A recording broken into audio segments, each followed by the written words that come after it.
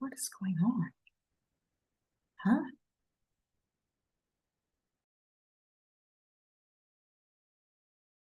We respectfully acknowledge that the Windsor Regional Hospital occupies the traditional, ancestral, and contemporary lands of the Nishnawbe, Ishkildwen, and Nishnabeg, the Three Fires Confederacy, Ojibwe, Odawa, and Potawatomi.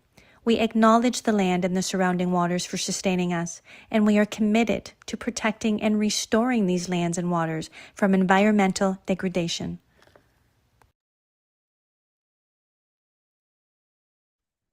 Thank you, and good evening, everyone, for joining us for the November 2nd, 2023 Board of Directors meetings for Windsor Regional Hospital. It is 5:01, and I will call the meeting to order. And if I can ask if there are any declarations of conflict of interest. Okay, seeing none, we'll move to approval for the previous minutes of October 5th, 2023. Assuming everyone's had an opportunity with our obstacles to review those minutes. Paul, are you motioning approval? Okay, thank you. If I can have a seconder. Thank you, Michael. Any additions, amendments, modifications? Okay, seeing none, all in favor? Thank you very much. I think that's everyone, so that motion carries. And now we move to the report of the President and CEO, David. Thank you, Madam Chair. Needless to say, the last 11 days have been a test for our patients, community, and staff. A test I believe our staff's passing. So on the early morning hours of October 23rd, we, along with 4 other Erie St. Clair hospitals and our not-for-profit shared services entity, Transform, discovered a possible cyber attack. To contain the incident and prevent further harm, we had to shut down our IT systems. Our Windsor Regional Hospital staff went into immediate action and implemented downtime procedures, and without missing a beat, continued to care for our patients. The cyber attack was confirmed on the morning of October 23rd. Immediately, our IT team engaged the security threat team we already had on contract in the event of such an incident. Our staff truly have been amazing throughout all of this. They leapt into action to continue to care for our patients and each other, and they have not stopped. I truly cannot be prouder of them. To their credit, not one ambulatory surgical procedure was delayed. After the first couple of days, scheduled surgeries are now nearly back to 100%. We are also making substantial progress on curative radiation treatments to be able to start back safely, and should be able to have some announcements over the next few days. Now, the cyber attack is not one person in their basement on a computer. Their perpetrators are a sophisticated web of people who extort the healthcare sector. They target us while we're caring for the most critically ill. They attack hospitals while we are emerging from a worldwide pandemic. We are not the first healthcare system to be struck by these bandits, and we will not be the last. We have leading experts helping restore our systems safely, and I stress the word safely. This is not something you can do overnight. This will take time. This will take weeks. We are hopeful that over the next few weeks, we'll be able to bring back our clinical applications one by one. Our collective focus is on cancer patients and getting those systems up quickly, but safely. And again, we are making substantial progress. We know that there are those in the press who are critical of our efforts. We won't engage with uninformed commentary, except to say this: we are doing our very best to recover as safely and quickly as possible. We are not doing this alone. We are working with experts who have been involved in hundreds of these cyber attacks. We are in nonstop discussions with other hospitals and Ontario Health. We have seen the very best of Ontario come to our aid, just as Windsor Regional did for others during the pandemic. We are sharing information as it becomes available and on our experts' advice. There will be a time after we safely resume critical care to do a root cause analysis and learn from this. We will learn and improve and help other institutions prepare. I truly want to thank our frontline payroll team as well. Under impossible circumstances, they made sure all employees have been paid and paid pretty darn accurately, pulling together data from different sources with an opportunity for all staff to address any issues. At the same time, we've provided credit monitoring to our staff as a precaution. At this point, we do not know all the data impacted. We are investigating and will have more information soon. The bad actors have published some of the data they stole. They did this because we would not succumb to their ransom demands. We closely examined whether to pay, but we knew, and our experts in law enforcement all confirmed, that we cannot trust the promise of a criminal to delete this information. We learned that payment would not speed up the safe restoration of our network, and so we did not pay. This decision is consistent with the recent joint statement of the 50 members of the International Counter-Ransomware Initiative, which includes Canada. They have agreed to sign a pledge never to pay ransom to cyber criminals. As soon as we determine exactly what data was affected, we'll notify those impacted as required by law. We have already notified the appropriate authorities of the breach and are working with local police, OPP, Interpol, and the FBI on the criminal investigation. Our focus is always on our patients and fellow staff. Just like during the pandemic, we will continue to have that laser focus.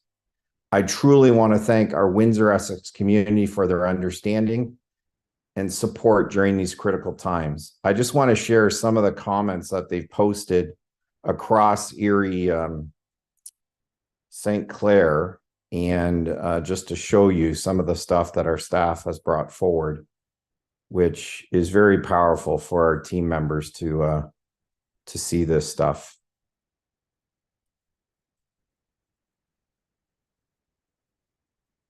So just some of the comments regarding, someone says, well, you might be able to break the code of our systems. But one thing you can't break is the amazing healthcare workers keeping the ship afloat. And just some comments from Chatham-Kent Health Alliance, people indicating how supportive they are of our staff. So again, I really want to thank our community for supporting our staff and being there at a time we desperately need all the support we can. And also clearly our staff doing an amazing job on a daily basis. Now, I also want to talk in my report about two other issues that occurred since our last meeting. If you recall, on October 19th, 2023, dignitaries and leadership from regional First Nation communities joined Windsor Regional Hospital and community leaders to honor the land where the new Windsor-Essex Acute Care Hospital is going to be built, and the connection of the original peoples who resided in the area and received healing from the medicines of Mother Earth. Caldwell Nation led a traditional land ceremony at the future home at the northeast corner of County Road 42 and 9th Concession, which of course is located on the traditional, ancestral, and contemporary lands of the Three Fires Confederacy. I want to thank Chief Duckworth for her leadership, partnership, and friendship, and for a very profound and memorable day. Also, since the last time we met on October 19th, we had the start the same day of the evolved metal detectors at both campuses' emergency departments. So it's been 13 days in operation. Since the start of that, we've captured 159 knives at the two campuses and 88 other items like screwdrivers, razor blades, needles. There's been no guns notified as of yet. So that's my report, Madam Chair, and I'm available for any questions. Thank you, David. On behalf of the entire board, thank you to you, your leadership team, and the entire staff for making sure that our patients have and continue to have exceptional care, no exceptions. You have obstacles on a good day, and with the cyber attack, that obviously has only heightened things. So thank you to you and the team. Any questions for David or comments?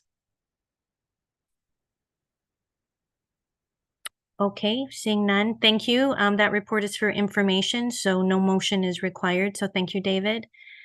That moves us to our CNE report from Karen. Thank you, Madam Chair. I have nothing to add this evening other than what David's already outlined. So thank you. Okay, thank you, Karen. To Dr. Jacobs' report from Schulich. Thank you so much, Madam Chair. Just a very brief update to the board. The medical school is in the middle of our accreditation visit currently. I want to thank the hospital for all of the support and the lead up to this visit and all of the support in making sure that our medical school is operating in a really safe and good place right now. We'll have an on-site visit in about 1 month, and then we'll have our report, hopefully at least preliminary by hopefully the end of the calendar year. All preliminary information does seem to be positive. And again, a big thank you to this board and to the hospital to ensure that we provide excellent medical education. I don't have anything else to add for tonight, though. Thank you very much.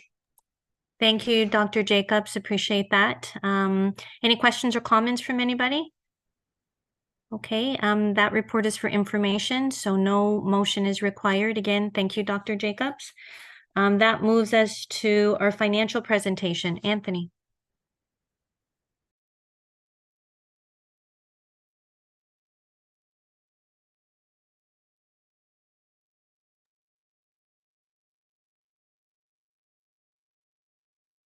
I think you're on mute, Anthony.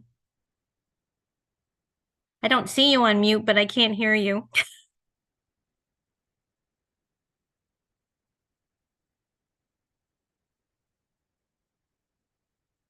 Matt, not sure if you can help, but he doesn't look like he's on mute. Nope. Oh, now he's on mute. Nope, now he's off mute. Anthony, why don't you quickly just jump out of the meeting and jump back in? I'll let you in quickly. Close down Zoom and reopen it. Thank you, Matt. Maybe have Melissa, he's saying do it. Yeah, He's saying yes. do it. Absolutely. Matt, have you got the deck?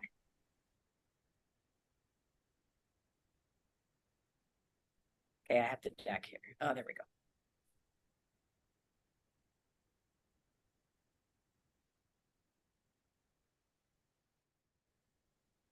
Thank you, Madam Chair.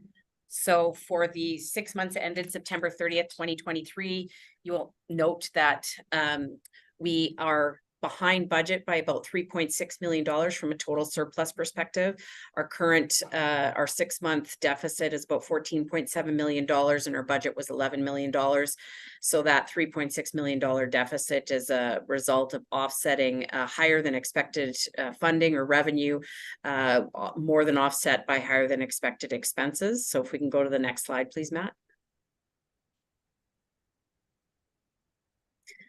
Thank you. So for the most part, we have $1.6 million in salaries and wages that doesn't have any offsetting revenue. And that was for the most part for higher than budgeted settlements in the wage contracts, largely related to benefits and premiums that we did not budget for. For medical staff fees, we actually are in a positive net position, $2.5 million over in the expenses, but offset by nearly $3 million in the revenue. So that's patient services revenue that offsets those fees. For med surg supplies, we have a net negative variance of about $1.2 million. We are partially offset in having higher revenue related to our QBP or quality-based procedure funding, but still a net overall deficit in medical surgical supplies.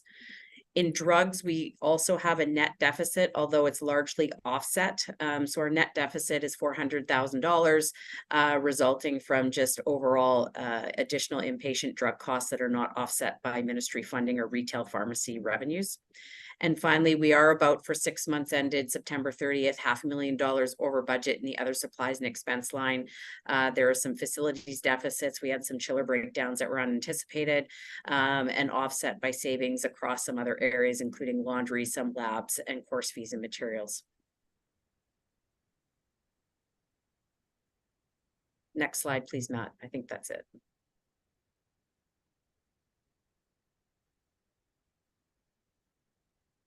So happy to take any questions, Madam Chair. Thank you, Melissa. Any questions?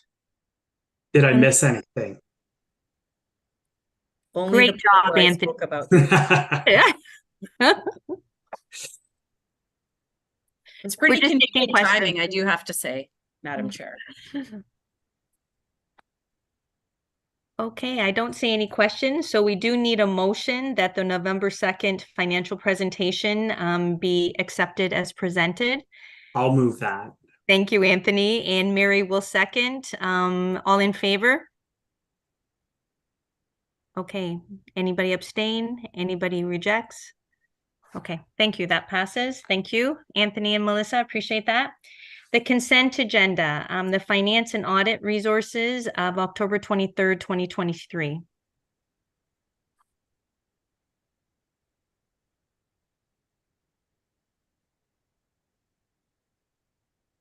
Anthony, are you doing that? Sorry, you cut out. I apologize. Oh, I'm sorry. My The finance and computer audit- is. Sorry, under consent, the finance and audit resources of October 23rd, Oh, 2023. I'll move that. Okay, perfect. So you'll move it. Seconded, Chris is going to second. Any comments or questions from that? Okay, all in favor? Okay, that motion passes. Thank you. And there are no correspondence or printed matters, that anything new anyways that we haven't received the last little while. That's just for your information. And any other questions or comments from the board? No additional motions for anybody. The date of our next regular board meeting is Thursday, December 7th, 2023, and that is scheduled to be done over Zoom. And that leads us to adjournment. So I can ask someone to move the adjournment at 5:17. Genevieve, thank you. Paul, all in favor? Thank you. Okay. David, do you have media? Oh, I think we lost David quickly. Dawn, do you want to, Wasim, Dawn, you want to give it 10, 5?